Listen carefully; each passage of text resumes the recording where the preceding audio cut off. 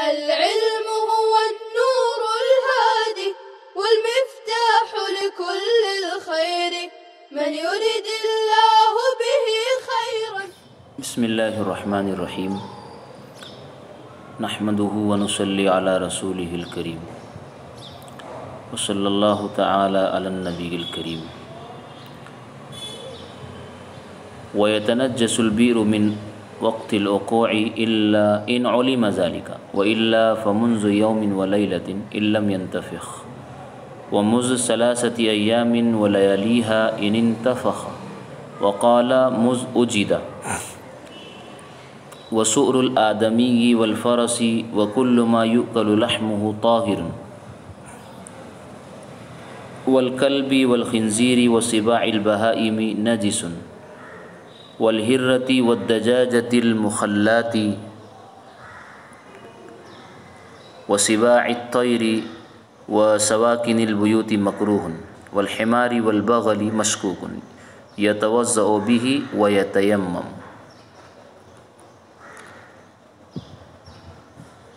آج کا ہمارا یہ سبق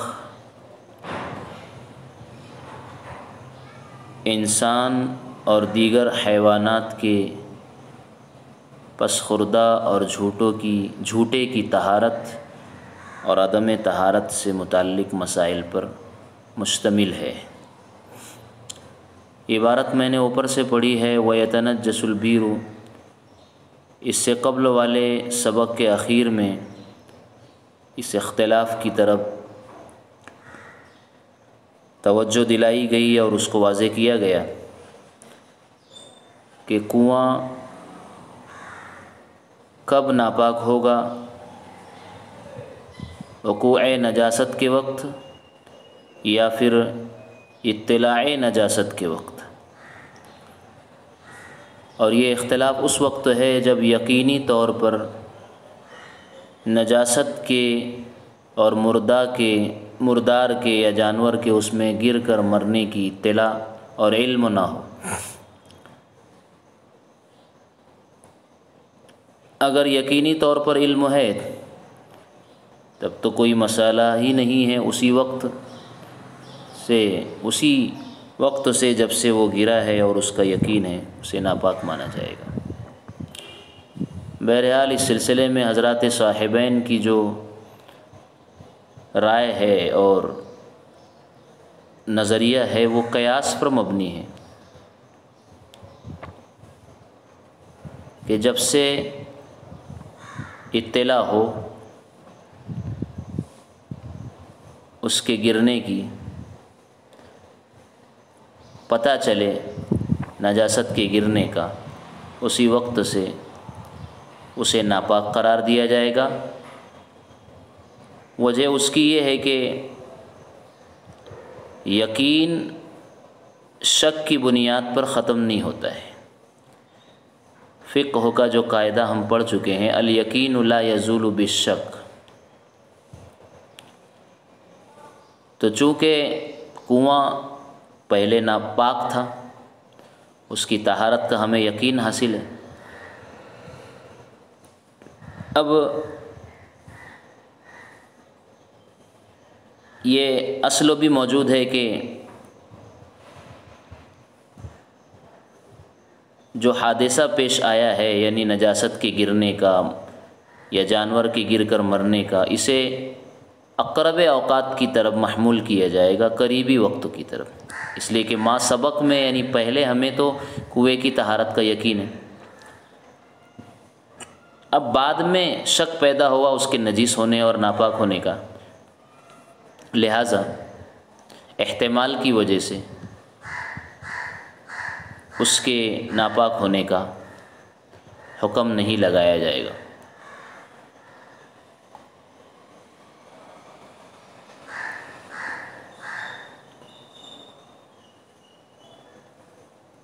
تو جس وقت اطلاع ملی اور پتہ چلا کہ اس میں نجاست گری ہے یا جانور گرا ہے، یہ یقینی بات ہے، وہاں سے ہی کنویں کو ناپاک مانا جائے گا. اس سلسلے میں امام ابو حنیفہ رحمۃ اللہ علیہ فرماتے ہیں کہ جانور اگر پھولا ہوا یا پھٹا ہوا ملا تو 3 دن اور 3 راتوں سے اسے نجاست نجس مانا جائے گا۔ وجہ اس کی یہ ہے کہ جب اسباب مخفی ہو تو سبب ظاہر پر محمول کرنا یہی ضروری ہوتا ہے، اور جانور کا کنویں میں ہونا، موجود ہونا، یہ اس کا سبب ظاہری ہے، اور اس کا پھول جانا یہ اس کے پرانا ہونے کی دلیل اور بنیاد ہے کہ یہ گرا فوراً نہیں ہے، یہ فوراً نہیں مرا ہوا ہے، بلکہ اس کے گرنے کے لیے 3 دن ہو چکے ہیں، 3 راتیں ہو چکی ہیں۔ اور اگر پھولا ہوا نہیں ہے تو 1 دن اور 1 رات سے اسے مرا ہوا مانا جائے گا اور ناپاک قرار دیا جائے گا کنویں کو، اس لیے کہ یہ دلیل اور ظاہری سبب ہے کہ یہ بہت لمبی مدت سے نہیں گرا ہے اور مرا ہے۔ بعض حضرات جیسے جوہرۃ النیرہ وغیرہ میں حضرات صاحبین کے قول پر فتویٰ دیا ہے، لیکن بعض حضرات جو ہے کچھ تفصیل کرتے ہیں کہ احکام نماز کے تعلق سے امام ابو حنیفہ رحمۃ اللہ علیہ کی بات پر فتویٰ دیا جائے گا، اس لیے کہ عبادات میں احتیاط اولا ہے، اور امام ابو حنیفہ رحمۃ اللہ علیہ کا قول احتیاط ہی پر مبنی ہے۔ تو نماز سے متعلق جو احکامات ہوں گے اس سلسلے میں امام صاحب کے قول پر فتویٰ ہے، اور صاحبین کے قول پر فتویٰ دیا جائے گا اس کے ما سوا احکامات کے سلسلے میں، یعنی کہ کپڑے کا دھونا ہے، بدن کی پاکی ہے، برتنوں کو صاف کرنا ہے اس پانی سے وغیرہ، اس میں صاحبین کے قول کو فتویٰ دیا جائے گا۔ یہ درمیانی اور اعتدال والی بات ہے۔ اب اس کے بعد ہم جھوٹے اور پس خوردہ کے پاکی سے متعلق احکام پڑھنے جا رہے ہیں۔ تو سب سے پہلے اس میں انسان کے جھوٹے کو بیان فرمایا، وسور الآدمی، انسان کا جھوٹا، انسان بول کر اور لفظ آدمی بول کر، مرد عورت، بچہ ہو یا بوڑھا ہو، جنوبی ہو یا طاہر ہو، حائضہ ہو یا نفاس والی ہو، مسلم ہو یا غیر مسلم ہو، مشرک ہو، سب آ گئے، سب کا جھوٹا پاک ہے۔ چونکہ کنویں کے احکام کے ساتھ اب اس سے کم پانی کے احکامات کو گویا بیان کر رہے ہیں۔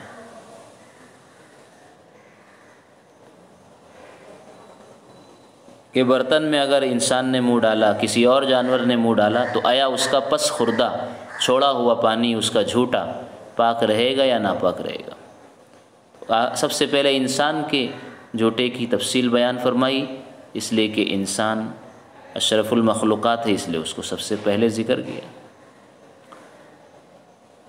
تو انسان جو بھی ہو، البتہ اس کے منہ میں نجاست ہو تو پانی نجس ہو جائے گا۔ مثلا کسی نے شراب پی کر فوراً پانی پی لیا تو بقیہ پانی ناپاک ہو جائے گا، لیکن شراب پینے کے بعد بھی اگر کچھ دیر ٹھہرا اور 3 بار تھوک نگل کر منہ صاف کر لیا، یعنی 3 مرتبہ منہ سے تھوک کا نگلنا اگر ہو گیا، تو اب وہ نجاست جو شراب کی ہے وہ اندر چلی گئی، تو اب پیے گا تو اس کا جھوٹا پاک ہے۔ اسی طرح گھوڑے کا جھوٹا بھی ظاہر الروایت میں پاک ہے۔ ویسے گھوڑے کے جھوٹے اور پس خوردہ کے سلسلے میں امام ابو حنیفہ رحمۃ اللہ علیہ سے 4 روایتیں منقول ہیں، جس میں پہلی یہ ہے کہ اسے استعمال نہ کرے۔ افضل یہ ہے کہ گھوڑے کے جھوٹے اور منہ ڈالے ہوئے پانی ہو یا اس کا کھانا وغیرہ ہو، اس کو استعمال نہ کرے، افضل یہ ہے۔ دوسری روایت یہ ہے کہ جس طرح گھوڑے کا گوشت مکروہ ہے، اسی طرح اس کا جھوٹا، اس کا پس خوردہ بھی مکروہ ہے۔ تیسری روایت اس کا حکم گدھے کے جھوٹے کی طرح مشکوک ہے، کہ جس طرح گدھے کا جھوٹا مشکوک ہے ایسے گھوڑے کا جھوٹا بھی مشکوک ہے۔ اور چوتھی روایت جس کو یہاں پر ذکر کیا ہے، یہ ظاہر الروایت ہے۔ متن میں جو ہے وسور الآدمی والفرسی وما یوکل لحمہ طاہر، یہ ظاہر الروایت ہے کہ گھوڑے کا جھوٹا بھی پاک ہے، اور صاحبین کا یہی مسلک ہے اور یہی صحیح بھی ہے۔ اسی طریقے سے ما یوکل لحمہ، وہ جانور جن کا گوشت تو کھایا جاتا ہے ان کا جھوٹا بھی پاک ہے۔ البتہ کوئی عارضہ ہو تو بات دوسری ہے۔ عارضہ کا مطلب یہ ہے کہ اگر ان کے منہ میں اگر باہر سے کوئی ایسی نجاست، ان کا منہ نجاست سے ملوث ہو، بھرا ہوا ہو، پھر وہ پانی میں منہ ڈالے، کھانے میں منہ ڈالے، برتن میں منہ ڈالے، تو اب ظاہری اور باہر کی نجاست کی وجہ سے ان کا جھوٹا ناپاک ہوگا، نہ کہ خود ان کے لعاب کی وجہ سے۔ اس قسم کے جانوروں کا جھوٹا پاک ہونے کی وجہ کیا ہے؟ وجہ اس کی یہ ہے کہ پانی میں لعاب دہن مل جاتا ہے۔ منہ کا لعاب جب جانور برتن میں منہ ڈالتا ہے تو اس کا لعاب اور اس کا تھوک مل جاتا ہے، اور ان جانوروں کے لعاب، انسان اور اس طرح گھوڑا ہے اور ماکول اللحم جانور، بکری ہے، گائے ہے، بھینس ہے وغیرہ، ان کا لعاب بالاجماع پاک ہے، تھوک پاک ہے، اس لہٰذا ان کے جھوٹے بھی پاک ہیں۔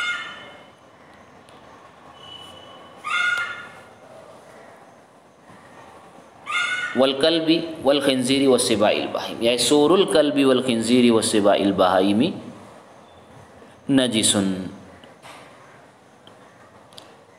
کتے کا جھوٹا، خنزیر کا جھوٹا، پھاڑ کھانے والے درندوں کا جھوٹا، پس خوردہ ناپاک ہے، اس لیے کہ ان کے چھوڑے ہوئے اور جھوٹے میں لعاب ملتا ہے اور ان کا لعاب ناپاک ہے، اور لعاب ملنے سے پانی بھی نجس ہو جاتا ہے۔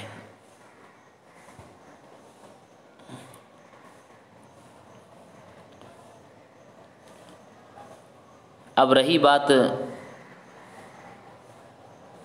بلی کی، والہرۃ والدجاجۃ المخلات، بلی اور کھلی ہوئی چھوڑی ہوئی مرغی، مخلات، دجاجہ مخلات چھوڑی ہوئی آزاد مرغی، جو کہ تأکل القاذورات، گندگی بھی کھا لیتی ہے۔ اسی طریقے سے آگے فرمایا وسباع الطیور وسواکن البیوت، یعنی کہ وہ پرندے جو کہ صرف چونچوں سے شکار نہیں کرتے بلکہ پنجوں سے کرتے ہیں اور پھاڑ کھاتے ہیں، جیسے کہ شکرا ہے، گدھ ہے، چیل ہے۔ ایسے ہی انسان کے گھروں میں رہنے والے جانور، چوہا ہے، چھپکلی ہے، بچھو ہے، اور بعض قسم کے سانپ جو گھروں میں رہتے ہیں، ان سب کا جھوٹا مکروہ ہے۔ البتہ وہ مرغی جو کسی جگہ میں محبوس ہو، دربے میں اسے مقید کر کے رکھا گیا ہو، جو گندگی سے بچ جاتی ہے، وہی دانے کھاتی ہے جو اسے ڈالے جاتے ہیں، ایسی مرغی کا جھوٹا پاک ہے۔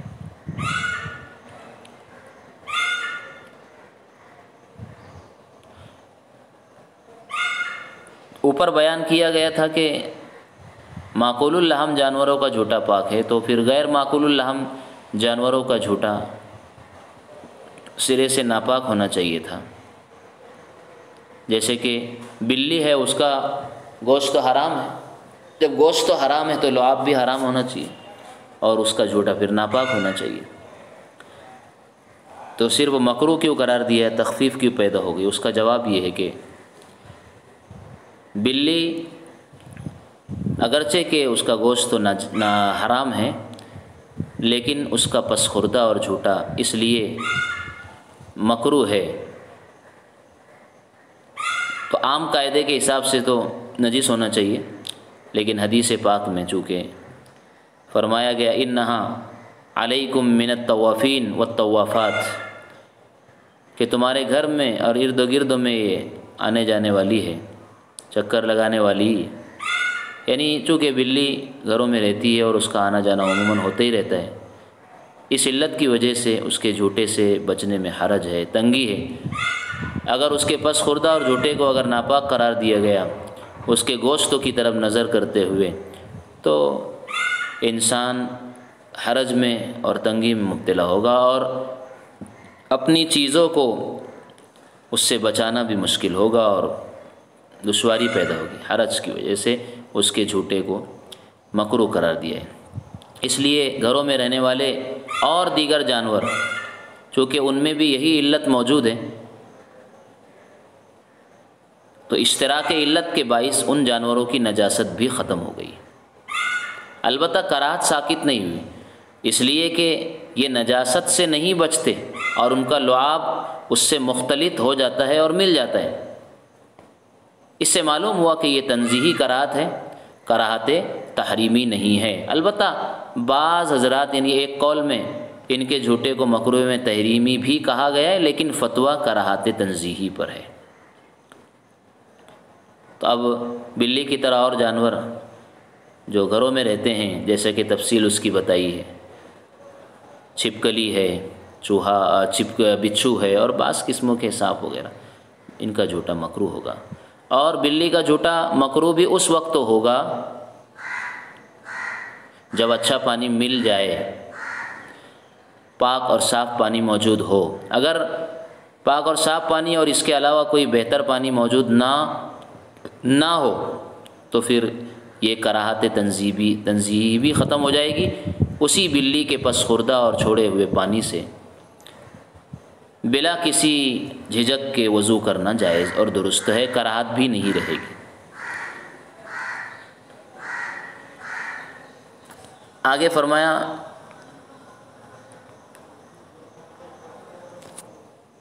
والحمار والبغل مشکوک، گدھے اور خچر کا جھوٹا مشکوک ہے۔ گدھا بھی جو کہ عام طور پر لوگ پالتے ہیں، اس کے جھوٹے کی بات ہے، اس کا جھوٹا مشکوک ہے، یعنی طہارت میں شک رہے گا، یقینی طور پر اس سے طہارت حاصل نہیں ہو سکتی۔ لیکن جنگلی گدھے کا جھوٹا تو پاک ہے اور اس کا گوشت تو بھی حلال ہے۔ رہ گئی بات خچر کی، خچر وہ ایک جنس ہے جو گھوڑے اور گدھے کے ملاپ سے پیدا ہوتی ہے، گھوڑے اور گدھے کے ملاپ سے پیدا ہوتی ہے، مستقل جنس نہیں ہے۔ خچر کی کوئی مستقل جنس نہیں، تو ان کے جھوٹے ایک قول کے مطابق طاہر ہونے میں شک ہے اور ایک قول کے مطابق مطہر ہونے میں شک ہے۔ یہ دوسرا قول زیادہ صحیح ہے کہ خچر کے پس خوردہ کے مطہر ہونے میں شک ہے، طاہر تو ہے لیکن مطہر ہونے میں شک ہے، لہذا جب مطہر ہونے میں شک ہے تو ان کے پس خوردہ پانی سے وضو تو کر لے، لیکن ازالہ شک کے لیے پھر تیمم بھی کر لے، صرف وضو پر اکتفا نہ کرے، اس لیے کہ مطہر ہونے میں شک ہے تو تیمم کر کے اپنی طہارت کو یقینی بنا لے۔ برخلاف مکروہ پانی کے، جیسا کہ بلی ہے اور اس کے جیسے جانور جو گھروں میں رہتے ہیں، وہ مکروہ پانی ہے ان کا، ان کی موجودگی میں تیمم درست نہیں ہے، بلکہ ان سے وضو ہی کرنا ہوگا، جیسا کہ اس سے پہلے بتایا کہ صاف پانی نہ ہونے کی صورت میں کراہت بھی نہیں رہے گی، اس لیے وضو کرے اور تیمم کرنے کی کوئی ضرورت اس صورت میں نہیں ہوگی۔ لیکن گدھے اور خچر کے پس خوردہ اور اس کے جھوٹے سے کا چونکہ مشکوک ہے، اس لیے جو ہے اس کے پانی سے منہ ڈالے ہوئے پانی سے یتوضأ بہ و یتیمم، وضو کر لے اور تیمم کر لے۔ یتوضأ بالمشکوک یعنی مشکوک پانی سے وضو کر لے ثم یتیمم، پھر تیمم کر لے، الا فی المکروہ، لیکن مکروہ میں جو ہے تیمم کرنے کی ضرورت نہیں، مکروہ پانی جیسا کہ ابھی ذکر فرمایا یتوضأ بہ، فقط اس سے صرف وضو کرے گا، ان عدم غیرہ، اگر اس کے علاوہ پانی موجود نہ ہو تو، اور اگر اس کے علاوہ صاف پانی اگر موجود ہے تو پھر جو ہے اسی سے وضو کیا جائے گا۔ والعرق معتبر بالسور لأن السور مخلوط باللعاب وحكم اللعاب والعرق واحد لأن كل منهما متولد من اللحم۔ یہ آخری بات ہم اس سبق کی ذکر کر رہے ہیں کہ پسینہ، جانوروں کا پسینہ، اس کا اعتبار جھوٹے پر ہے، یعنی جن جانوروں کا جھوٹا پاک ہوگا ان کا پسینہ بھی پاک ہوگا، اس لیے کہ جھوٹا یہ لعاب سے مخلوط ہے۔ جھوٹے کی پاکی اور ناپاکی، کراہت اور عدم کراہت کا دار و مدار لعاب پر ہے، کیونکہ لعاب ہی پانی میں تھوک کے ساتھ جو ہے لعاب ہی جو ہے پانی میں ملتا ہے، اور لعاب اور پسینہ دونوں کا حکم ایک ہے۔ کیوں؟ اس لیے کہ دونوں بھی گوشت سے پیدا ہوتے ہیں، دونوں گوشت سے پیدا ہوتے ہیں۔ تو جس کا جھوٹا پاک ہے اس کا پسینہ بھی پاک ہے، جس کا جھوٹا مکروہ ہے اس کا پسینہ بھی مکروہ ہے۔ اسی پر قیاس کر کے ہوئے سارے احکامات کو سمجھا جا سکتا ہے۔ بعض حضرات نے شراب کے عادی شخصوں کے پسینوں کو ناپاک کہا ہے، لیکن یہ بات درست تو نہیں ہے، چونکہ انسان کا جھوٹا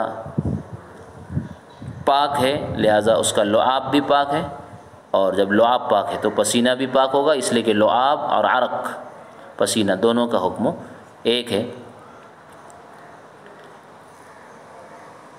اس کے بعد ایک اعتراض کیا جا رہا ہے اور اس کا جواب بھی مصنف تفصیل سے دے رہے ہیں، اسے ہم آئندہ سبق میں انشاءاللہ پڑھیں گے۔ اللہ ہمیں عمل کی سمجھنے کی توفیق عطا فرمائے۔ وآخر دعوانا ان الحمد۔